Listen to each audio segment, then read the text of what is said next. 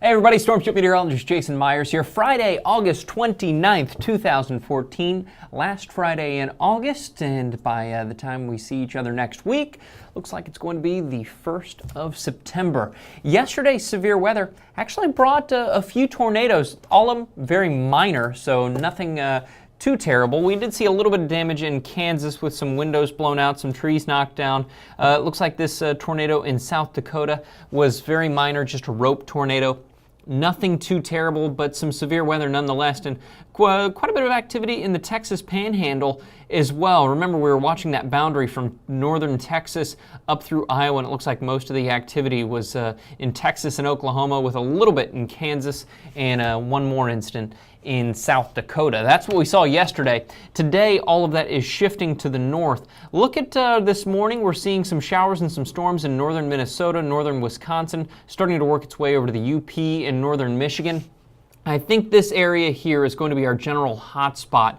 The forecast models are showing all of this rain early this morning, and you can see as we head through the day, watch, the rain moves out of the area, and after that, we start to see more developing behind it.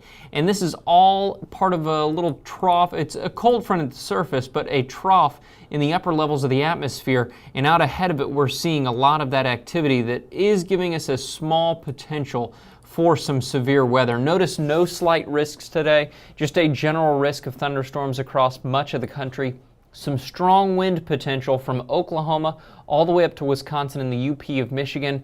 Even another little hot spot looks like in the Dakotas right there. Some large hail is possible in the Dakotas, and that tornado threat is in northern Wisconsin and the western part of the UP of Michigan right there. And that's where I think we have the potential for some severe weather. But the million-dollar question becomes, are we going to see these storms this morning moving out quick enough to create enough instability later this afternoon? I think there's a small chance where we could see a few isolated cases of some severe weather, but we're going to have to watch and see. So keep Storm Shield close by, so that way if any warnings do pop up, you'll be the first to know for your exact location. You won't get those false warnings. You'll only know of warnings for your exact location. Thanks for watching. Please like this video, subscribe to our channel, and check out some of the other videos we have on our YouTube channel. We have been uploading quite a few as of late. Have a great Friday and a great weekend. I'll see you next time.